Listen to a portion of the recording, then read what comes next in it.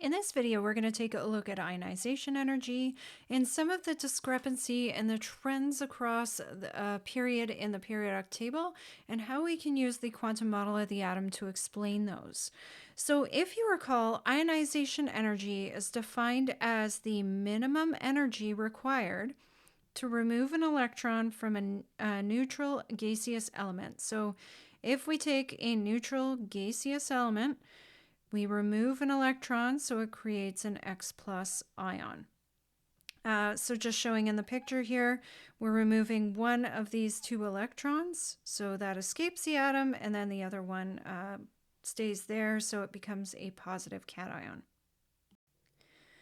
Okay, so also recalling what our general trend in ionization energy is. Ionization energy increases as we go up a group, or it increases as we go across a period. But let's take a look at across a period because there's actually some discrepancies here that we haven't talked about yet in any great detail. So if we look going across a period and look at sort of the first 20 elements, you'll see that ionization energy is increasing across a period. Hits this peak for the noble gases and then drops back down and then increases again across a period. But look here, there's a little bit of a blip in terms of the trends that we see. So from beryllium to boron or magnesium to aluminum, nitrogen to oxygen, and phosphorus to sulfur, it doesn't actually follow the same trend. So we can use the quantum model of the atom to explain why that is the case.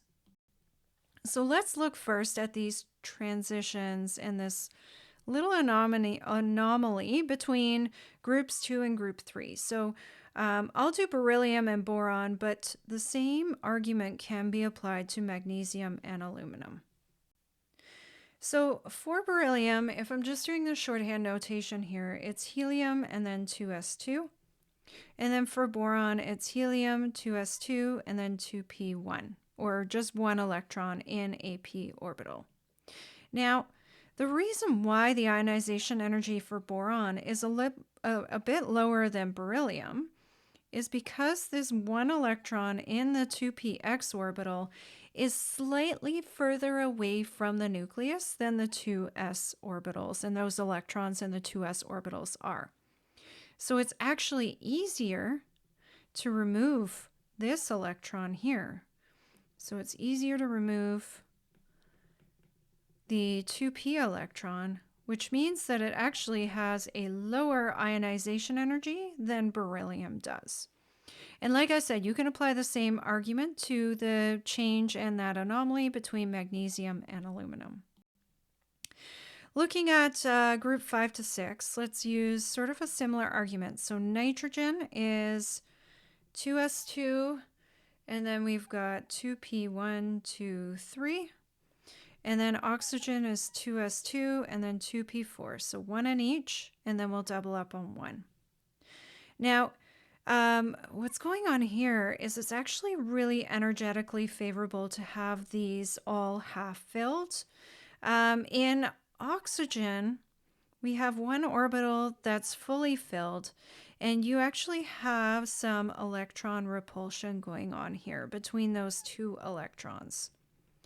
So because those two electrons are repulsing each other, again, it's easier to remove this electron than it is to remove any that are all in half-filled shells. So that means oxygen will have a lower ionization energy than nitrogen will. Okay, so hopefully that has explained both of those different sort of anomalies we see in trends in ionization energy. That's it for this video. Let's move on to our next task.